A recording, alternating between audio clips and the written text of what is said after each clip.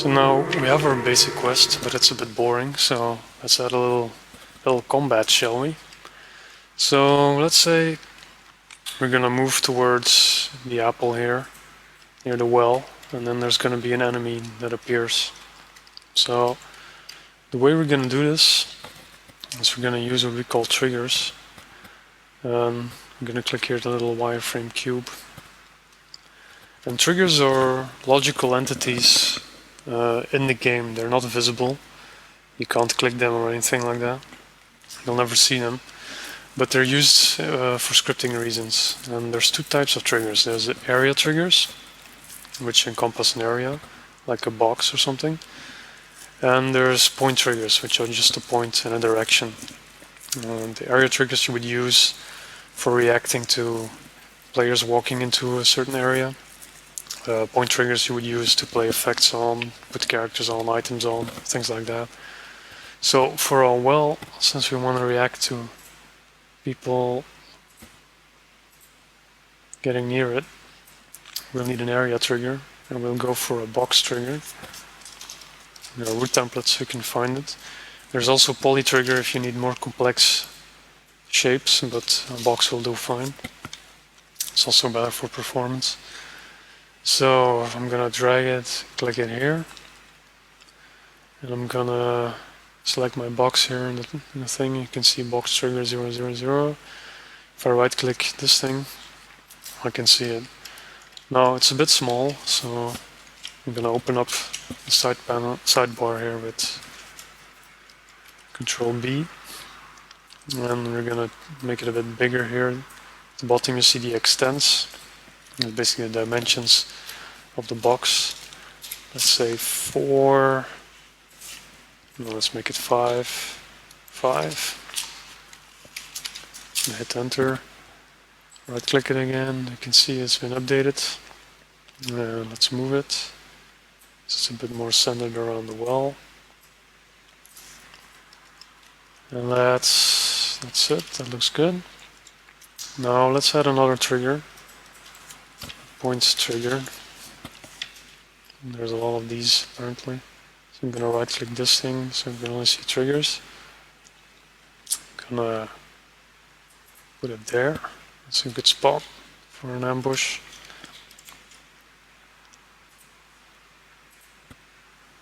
So what we're gonna have to do is make them global, of course.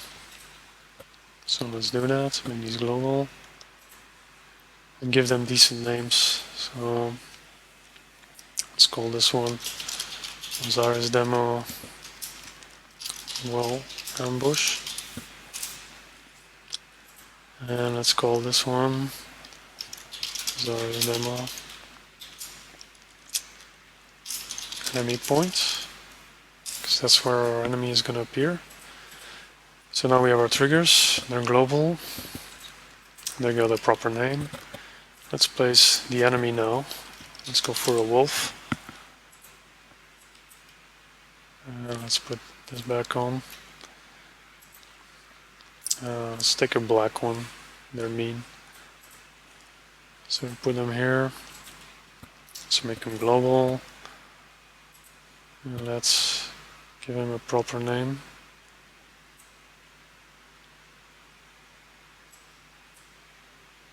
There we go. Let's call him Osiris Demo Enemy. So it's global, we got our triggers. Now we can get back to scripting. So let's go back to the story editor, to our goal. So we're in our goal now. The first thing we're gonna do is, we have our enemy here now. If we would start the game now, he would be there like straight away attacking us, which is not what we want because we want an ambush. So we're gonna have to put in what we call off stage. And you can put characters on stage and off stage.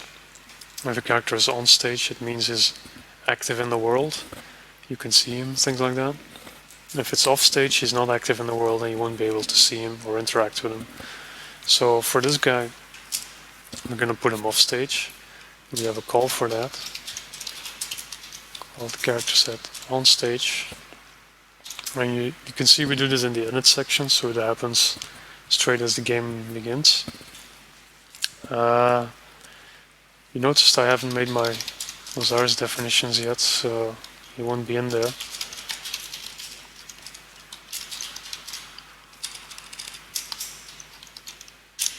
And you can see it's a call, takes a character, which is our enemy, or wolf, and a bool, which is 0 for true, 0 for false, 1 for true. So we want them off stage. So we put it on 0 here. Now, when I would walk into the trigger now in the game, nothing would happen. The trigger needs to be, it's not going to generate events for us to react on. The trigger needs to be told that he should be interested in us. And there's several ways to do this. I'll show you the basic way, but since we're in the main game, we have a couple more options, which I'll show you later. Basically, we need to register the player with the trigger so we can use it. We have a call for that. Trigger register for players. And we're gonna give it the trigger name, which is this. I'm gonna copy it.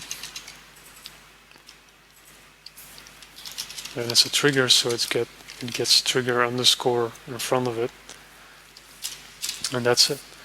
So now this trigger will start generating messages for us when we walk inside it or leave it, things like that. Of course, we still need to react to those messages, so we're going to add another rule here.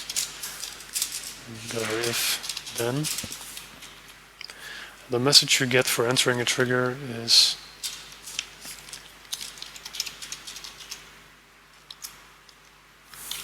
this one here, character enter trigger.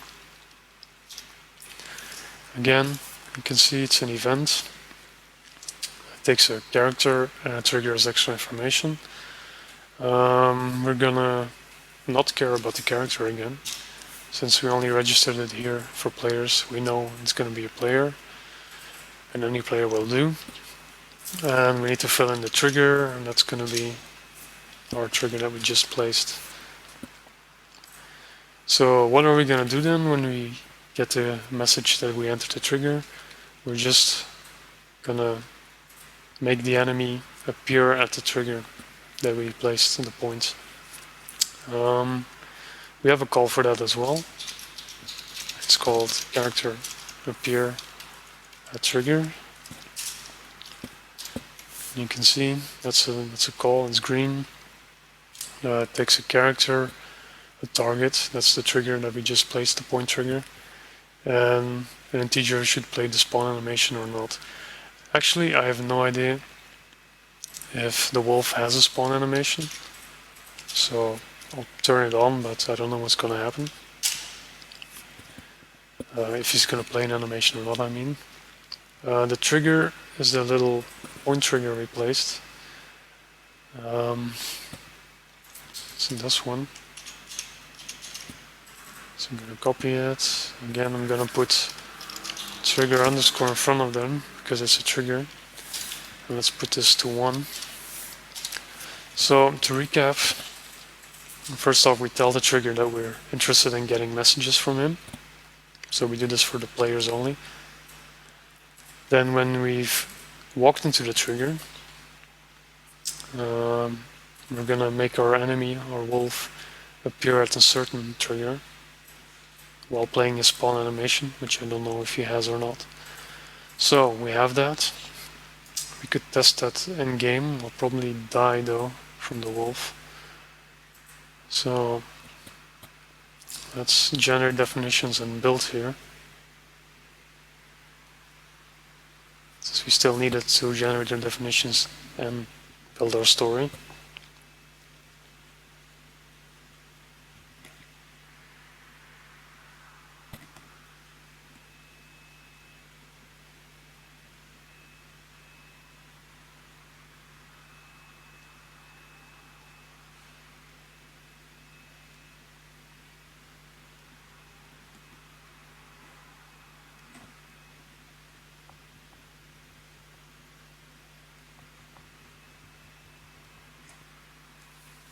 There we go, success.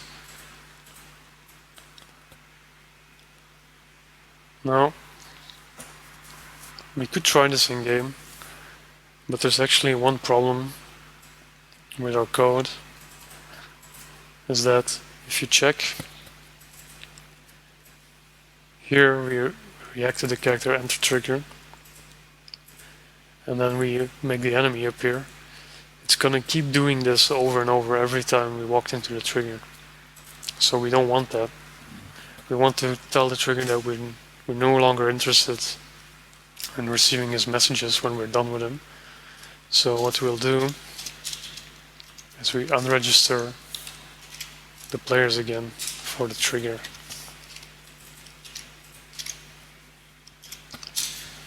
This way we'll no longer get these messages, and we don't spawn the enemy more than once. So let's save and build this.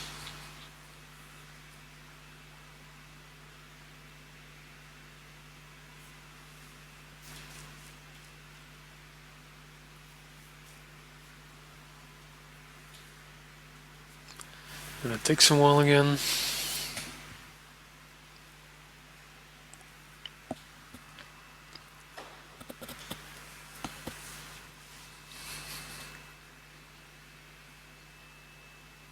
Almost there.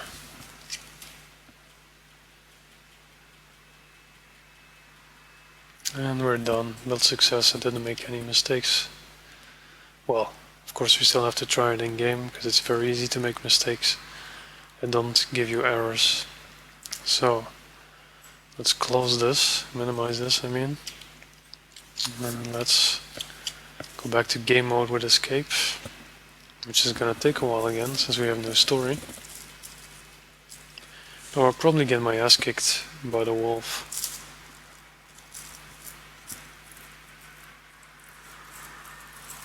So I might die.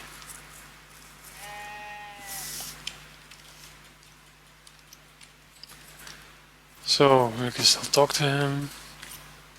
It still works. If we go here, we see that the wolf is not visible, which is what we wanted. So now we're gonna walk into the trigger. And we see that the wolf appears, and apparently it does have a spawn animation. So let's stop this, since I'm gonna get my ass kicked. And we'll do a reload story here. This is gonna reset everything to the initial state, so let's do that. Where we don't have to do the fight. So that's working now, that's all nice. Story's been reloaded. You see that the wolf is there again. If we teleport out of the trigger, there we go. So we got a little enemy now, and it's all working. So you could make it a bit better still. For example, let's say only the player that has the apple can actually turn in the quest. So let's do that. Let's go back to our story editor. So here we are in the story editor again. This is the bit where we reacted to picking up the apple, and where we set a global event. Now, a global event is not tied to any character, so it's set for everyone pretty much in the game, NPCs and players alike. But we also have something called character flags, and those are tied to a specific player. So that's exactly what we want and need. So let's change our global event to a character flag here, and we have a call for that. Dialog set character event. You can see here at the top it's a call, it takes a string, this text again, a character and an integer here, which is like just a number, which is called dialog instance. I'll explain that in a bit. So let's use the same name, character, I'll leave that open for now for a bit. And then the dialog instance, we'll fill in 0 here. The dialog instance is actually a dialog instance ID. Every dialog in the game has a unique number assigned to it when it started. And you can use that to do certain things, but in this case we don't care. So we just fill in 0 here. 0 is an invalid instance ID, so you'll never get this one from normal dialogues in the game. So what we have here is we have to fill in a character here, and that's going to be the player that picked up the apple. So remember, in our item added to character message, we actually got the item and the character that picked it up, and we entered here an underscore because we said at the time we didn't care who picked it up, but now we do actually, because we want to set the event there on that character. So we'll have to change this. We'll have to basically pass this extra information that we got from the game to here, this call, to set the event. And the way to do that is to just give it a name here, the extra information field. And this needs to start with an underscore. You can call it whatever you want. It's not case sensitive either, which means that you don't need to have a capital there. You can mix and match capitals. Like for instance, this would be the exact same thing. Basically what's going to happen now is that when this message is sent from game code, Lazarus is going to check if the fields match. So it's going to check, is the item that was in the message, is it this one? So yes, it's okay. And the character, is it going to match this field? Yeah, it will, because it's not a specific character. So it's basically any character. We just gave it a name here, so we can use it here later. So we're gonna fill this in here. This is what you would call in programming language a variable. Since it's not a constant, it's gonna be whoever picked up the apple that's gonna be in there. So we can get rid of this line now. So now our flag is set on the character that picked up the apple. Now we'll have to modify our dialog, of course, to react to the character flag and not the global flag. So let's open it again. Now this condition here will have to change. It's going to have to change to a character flag here, and we have another call for that. This character flag. The name was the same. And you can see here at the bottom it takes a speaker index and a boolean. So for boolean we'll enter 1 again. So when the flag is set on a character it will be true. And the speaker index is the index of the characters in the list that are in the dialogue. So since we used our, if you remember, our DB dialogues construct here, Jack himself will be in index 0, starts from 0, and the player will be on index 1, which is the second spot. So here we're going to fill in 1, since we want the player to have the flag and not Jack. So we can get rid of this condition actually. And we'll copy this one and put it in here. So there you go. So let's close this and let's test this in game. So let's build, which is going to take a while again. Yeah, successful. Okay, so I can actually start testing now. In the meantime, I changed the stats of the wolf, so hopefully it won't kick my ass. So let's test this now. Go to game mode.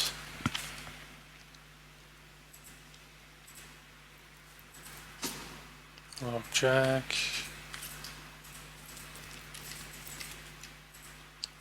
Go back to the well. There's a wolf.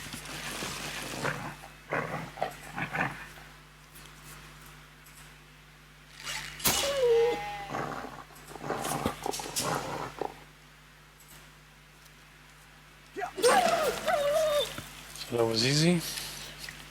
Let's pick up the apple. There it is. So now I have the apple in my male player.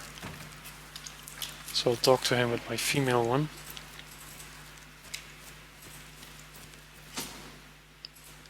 You find it yet? If I talk to him with my male. Oh, good, you found it. Thanks so much. Now, you'll notice there's still a problem here. If I talk to him, he's gonna keep saying this. So let's fix this. So first off, we'll go back to our story editor.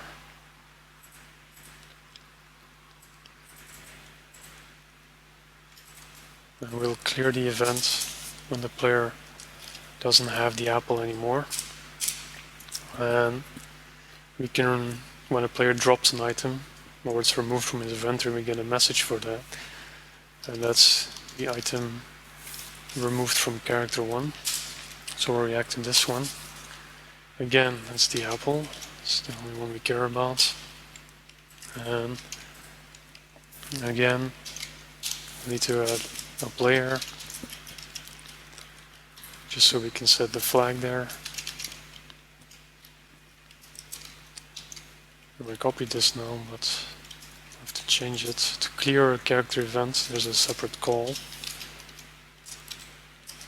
It's clear dialog, clear character event, which is basically the same thing as a flag, a character in the dialog instance. So that's gonna help us. But of course, we change his dialog as well, so we don't get the option anymore. So we'll add another action here.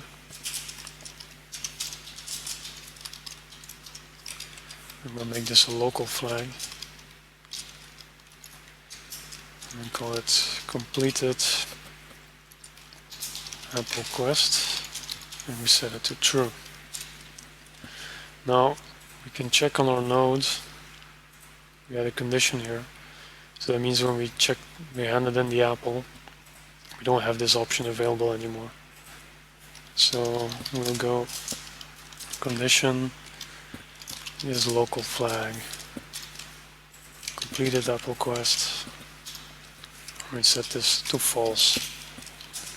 So we have to check it, of course.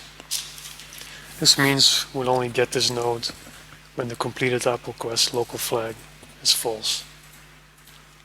So that's that. That fixes that issue. Well, might as well try it in game, I guess. Let's build again.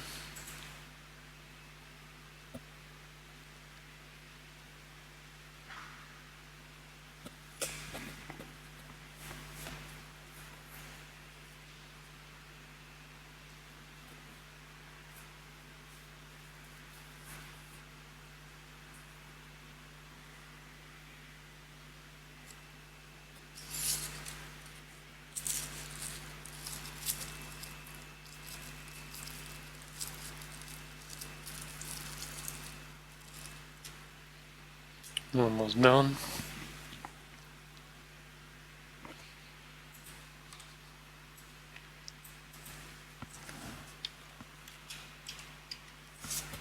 So let's try this. Go into game mode.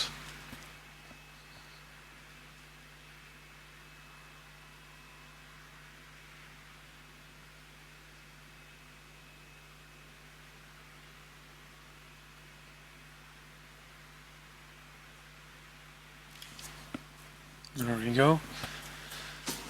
So we can talk to him. You see that everything has been reset. The flags, I mean. There's a wolf.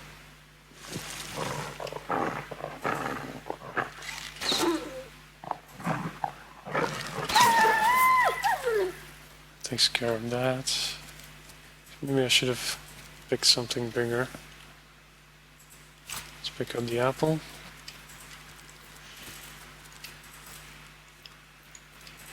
Now you'll notice, it's in my female's inventory. If I drop the apple, and I talk to him, he's gonna say, did you find it yet? So it's correctly reset. So let's pick up the apple again, talk to him. Oh good, you found it, thanks so much. If I talk to him again, it's calm. So that's exactly what we wanted. Now, there's still some things we could add. So let's get back to the story editor now.